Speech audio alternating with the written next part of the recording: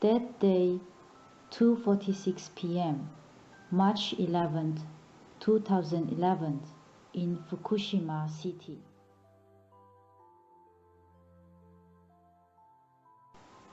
At that time, I was a junior high school teacher in charge of the first-year students and was a counselor to the student council.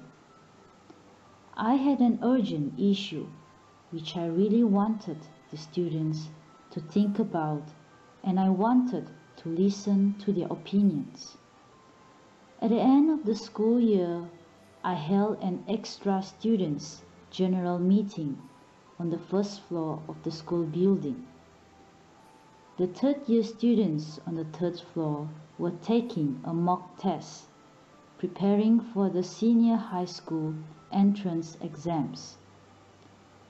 The meeting was conducted by the students, and I was in the back seat of the hall watching the meeting, when suddenly an eerie sound with a bang pushed me up.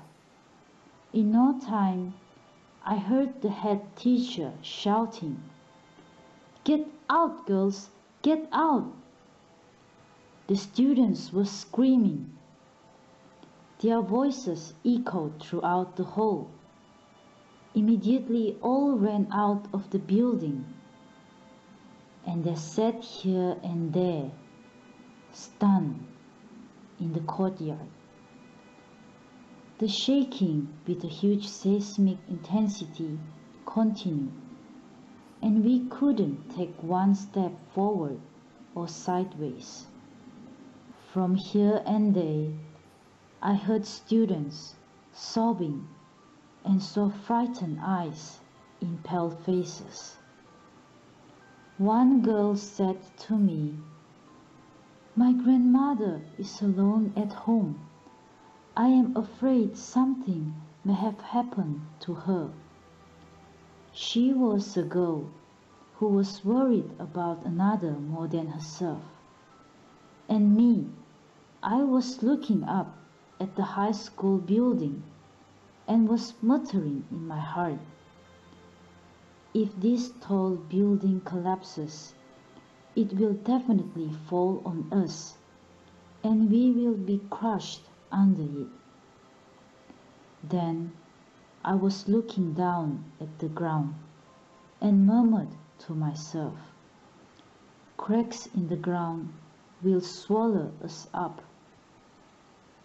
The word death clung to my mind. I was overwhelmed by my helplessness to help the students in front of me.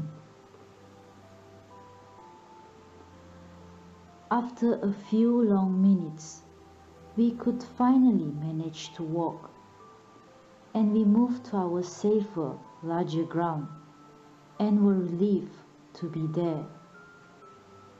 But it was not long before it started to snow, and we had on only light clothing. We had to spend time outside in snowy, cold weather.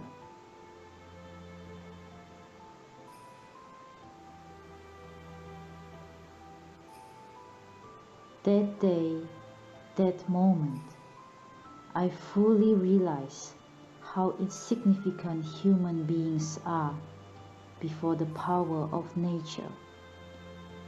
During those tens of minutes in the schoolyard, I had faced death for the first time in my life. Even now, the scene is as vivid as it was on that day at that time.